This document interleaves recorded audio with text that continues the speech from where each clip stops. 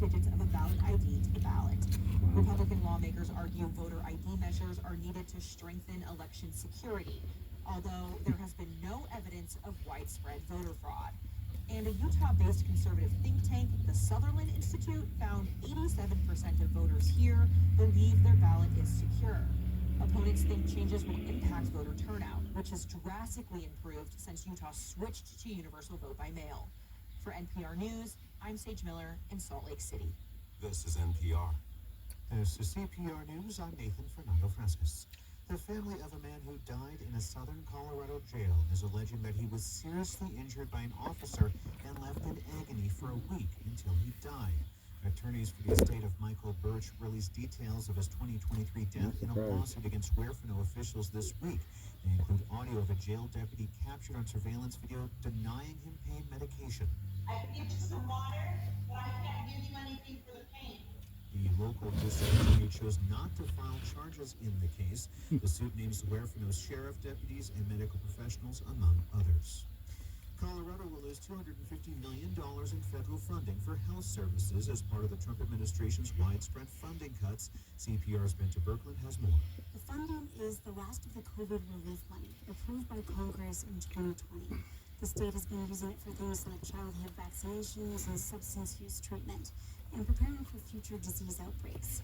Democratic Representative Shannon Bird, who sits on the Budget Committee, says Colorado can't make up for these federal cuts. This is Colorado's money coming back to us to invest in critical behavioral health care needs, critical public health needs, that without our partnership with the federal government, we have no capacity to fund these programs in the way that our state has been able to in the past. In notifying Colorado about the funding cut, the federal government said now that the pandemic is over, the grants are no longer necessary. I'm Benta Berkland. You notice that little bald spot on top of Blackie's head? What? The little bald spot behind Blackie's ear right there? Uh-huh. First pitch is just after 2 o'clock. The Rockies have their home opener in Denver next What is that? Friday. The team is coming off its 2 worst Well, maybe seasons she got in a ever, fight. as in won Huh? 100 games. Maybe she got in a fight a while back. Look for rain showers starting I don't see any this scars or week. anything, so it isn't like a new wound. Denver, tomorrow showers. I just noticed it a few days ago. Me too. Welcome to Real Talk with Denver 7 and CPR News. I'm Colorado Public Radio's Nathan Fernando Frescas. Somebody bit some hair off. Each week, in a partnership between Denver 7 and CPR, we have a real talk about issues impacting underrepresented people across Colorado and amplifying voices you may not always hear. Today, we're looking at insurance costs and why Colorado might be on the verge of a crisis in coverage.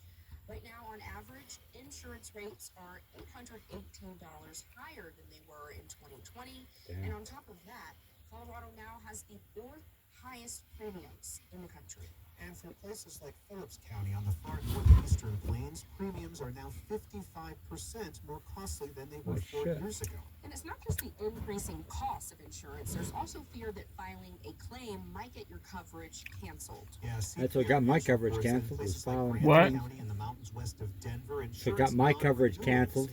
My insurance, house insurance, filing too many claims. What was it? What was that for? Insurance commissioner says there's a quote real risk right now. Well, I had a flood in my basement from a neighbor. So what does all of this mean? By I the had a neighbor? neighbor's tree. It was all the neighbor shit. The neighbor's tree fell on my house. Colorado Division of Insurance. Oh, well, they couldn't get anything from the neighbor. That's a pretty scary quote that But they gave me a chunk of change to fix shit.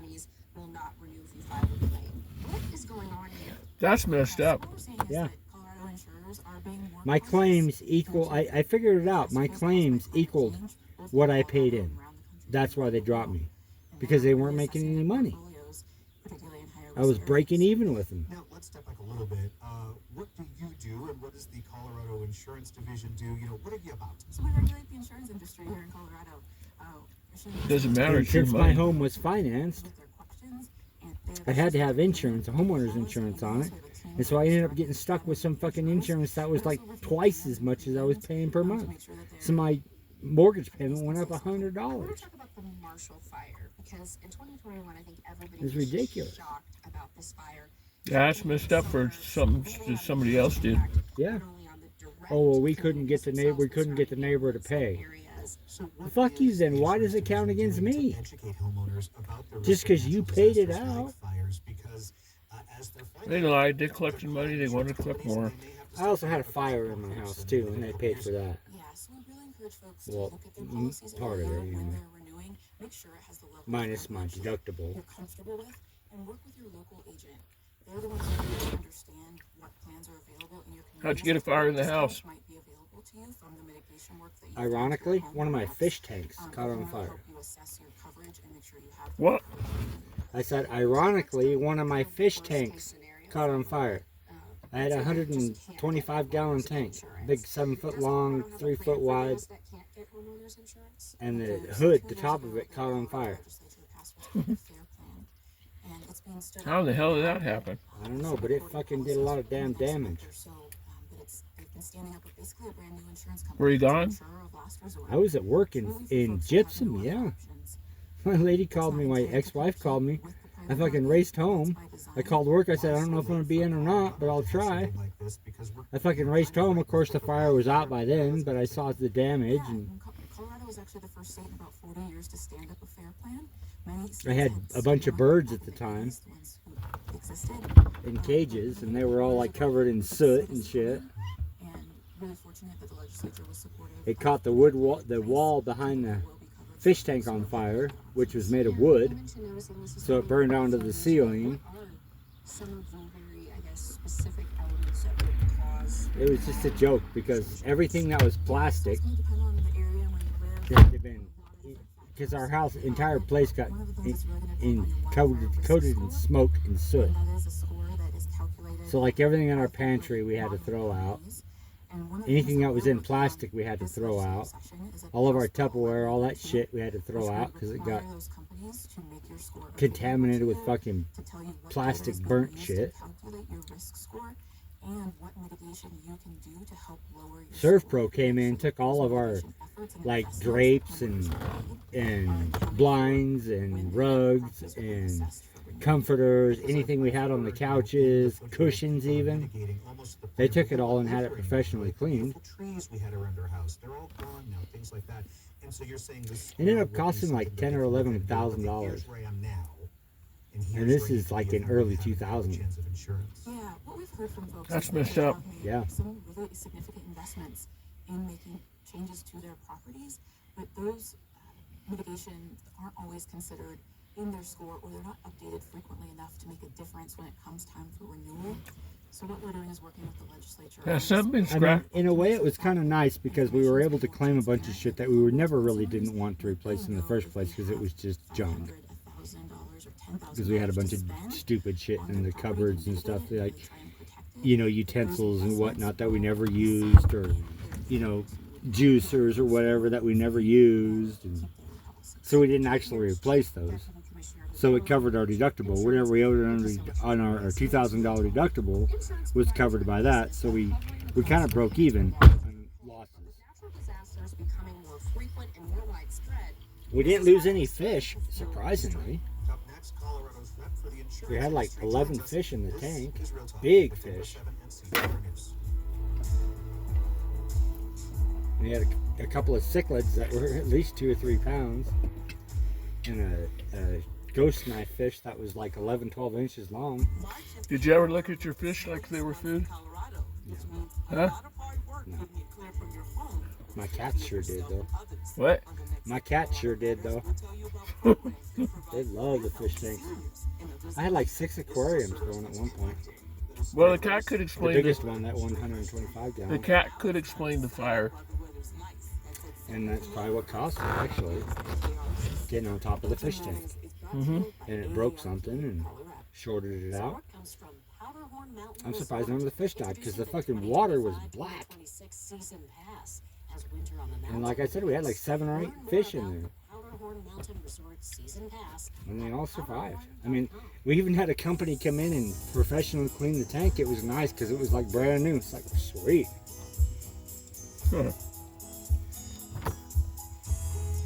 We wanted to hire them and have them come in a couple other times and just clean the one tank. Welcome back to Real Talk with Denver 7 and CPR News. Because it's a huge tank. I mean, 120 gallons is 7 foot long.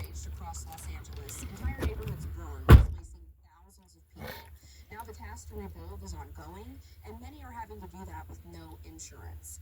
Insurance companies are having to rethink how and where they insure homes, and with the impact of climate change and the increase of more devastating natural disasters, The sandwiches are going to be $1 more and an inch smaller. The largest insurance provider announced in 2023 that it wouldn't write any new policies in the state. Yeah, and last year, Well, I think their sandwich part went to, but the burritos got a lot bigger.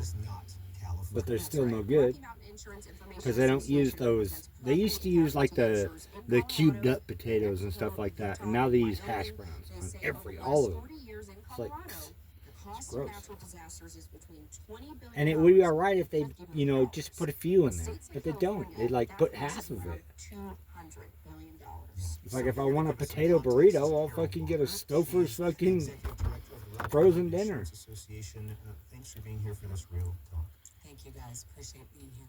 So give us a 30,000-foot view of the state's insurance market. Should people be concerned about losing their insurance in Colorado? This happened to Teresa too. That's why she's selling her house, is because she's lost her insurance. What now? This happened to Teresa. That's why she's selling her house, because she can't afford the insurance on it. Because her insurance company dropped her. Because they stopped covering in Colorado because of the high risk. Which is stupid. I mean, Grand Junction, how high risk is Grand Junction? So as we see, we're number 2 in the nation for hail insurance claims, number 2 for wildfire risk after California. So you can't get homeowners insurance in Colorado. You can get it, yes. It just costs a lot more now. And a few insurance companies moved out, and hers happened to be one of them. Or they just stopped insuring homes in Colorado and just stay with auto or whatever.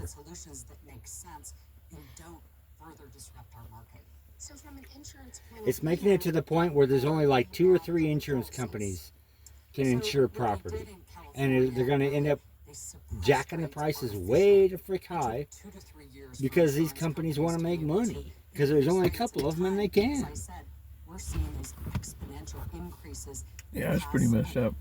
But there is a lot of, they do have a lot of payout right now with all the natural disasters like the fires and shit. But we see record-breaking catastrophes. I really don't feel bad for these people that lost $10 million homes. I don't. If they want to build a $10 million home in a potential wildfire area, then they should run that risk. But they do have to keep pace with those costs to pay out claims. What you started seeing in California, as you said in the intro, is insurance companies basically making really tough business decisions that they couldn't stay in the market because they would go bankrupt and not be able to pay out the claims for all of their policyholders. So we really don't want to make those same mistakes. There were other things that are a little harder to understand, but as we're looking at insurance solutions, I think what we really need to be talking about is reducing risk and mitigation solutions. And that's our real answer, Nathan. And I think that's a huge question, the fact that you're in the business of insurance. This is what you do. But again, you also have a homeowner who lives in, beautiful foothills or in the mountains of Colorado who feel they've done enough to mitigate. And they're still saying, So Tree has a contract on her house for $299. How do you thread that needle where you have It's worth almost $4. in Colorado in places that are prone to wildfire, and as we're going to see in a few moments, From a couple from California that have never seen the place, just online. What now? From a couple from California that have never seen the place other than online. They were supposed to come out, Mom was telling me the other day, this weekend or something, to actually physically look at the property. The place is worth at least $4 because it has an apartment separate from the upstairs, own private entrance and everything. There's $1,200, $1,800 a month right there. Plus you're 3 blocks from the college. It'd be a great rental. You could make $2,500 a month on that place. No boundaries. So not only do you have to do all the right mitigation, but so does your neighbor. And then it has to be measurable in it. But somebody from California is buying it because that's where the money is right now. Randy, she's getting it back. That's a better risk for me to take on. So those are really the goals that we're working through at a state level, at a community level with our partners, to really try to figure out how can we get this done? Oh, he's stuck in the zoo. The petting zoo. Make that investment in making your home safer and more insurable. No, the petting fool. At a community scale. What if there is a Did big you fire get that stuck might by the be petting wildfire? fool? What happens? Can the insurance market survive? No, I have a lot of concerns about survivability of Colorado's insurance market right now. Insurance companies are able to rate for their risk at an appropriate amount. Screw you. They're able to make good business decisions. They'll stay in the state. Don't make me Really, screw you if over we're you. looking at mitigation, we Screw know you we're over. working toward reducing that risk. But if it makes it too much pressure, too difficult for insurance companies, If you twist it over your head, then you'd be screwed over. Policyholders at risk for solvency, that's when we get in trouble, Micah. And so, Screwed over. is the Screwed government, under. the state government working with you all? Like we just He's heard, looking there's a- at there's a like you bill did. through the state house now. Or you just point it up and you can just say screwed That's up. pretty scary. And what's the government going to do to help us with this? You know, how are we going to, Screwed up anyway. I don't need to be screwed up. Crisis? I can see where the cat claws in the The common top of the ground we roof. have on this legislation at the Right state there. house right now is mitigation. We have common Huh? mitigation goals. You got some Our stuff and concern shit is how in we it. get there. Oh my Some God, of these bills will lights add work? costs, they will add burden Yes. onto the insurance Imagine that. companies. That'll make them think twice about staying here. So we really do need to be careful. The stakes are very, very high. We are working with the legislative sponsors, with the Colorado Division of Insurance. We need to make sure purring so that much we your don't tip the fur's scales in the wrong vibrating. direction. I'm just trying to figure out how worried should homeowners be about losing their insurance because of climate change and things like that. Well, I guess I'm gonna check the mailbox. If we start signaling to Again. the insurance companies that not only will they never make a profit here, but they're going to risk bankruptcy here, that's when they have to make some tough decisions. So what we really need to do as a high catastrophe expensive state is figure out some common ground solutions to help them stay in business, help them stay here. We don't want to push everyone into the FAIR plan. That state insurer of last resort, I'm on the board for that. We have a huge stake in making sure that remains an insurer of last resort, not like California and Florida, where it's the insurer of choice, we're the only one left. So will insurers in Colorado be paying more in the next 2 to 3 years for their insurance? Unfortunately, because everything that insurance pays for is more expensive, those trends are showing us that premiums are going up. Are there things we can reduce them? In Colorado, our biggest cost driver is hail. And the science shows us that we can put hail impact resistant roofs on. They go a long way to helping you reduce filing a claim and also help you with your insurance premiums. Many insurance companies give discounts for putting on an impact resistant roof. So there are things we can do. The hurricane states give me hope and optimism because they've gone through these battles. We just need to keep our eye on the ball of doing the smart things and not the knee-jerk reaction public policy decisions. Karen Walker, the Executive Director of the Rocky Mountain Insurance Association, thank you so much for joining us for this group talk. Thank you for having me.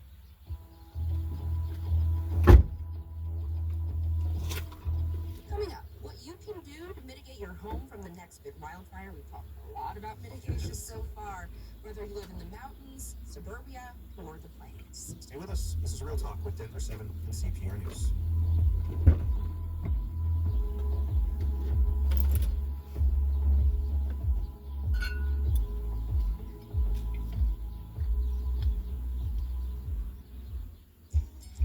When Colorado Mesa University students heard a white supremacist was going to speak on campus, they planned a unique protest, a party.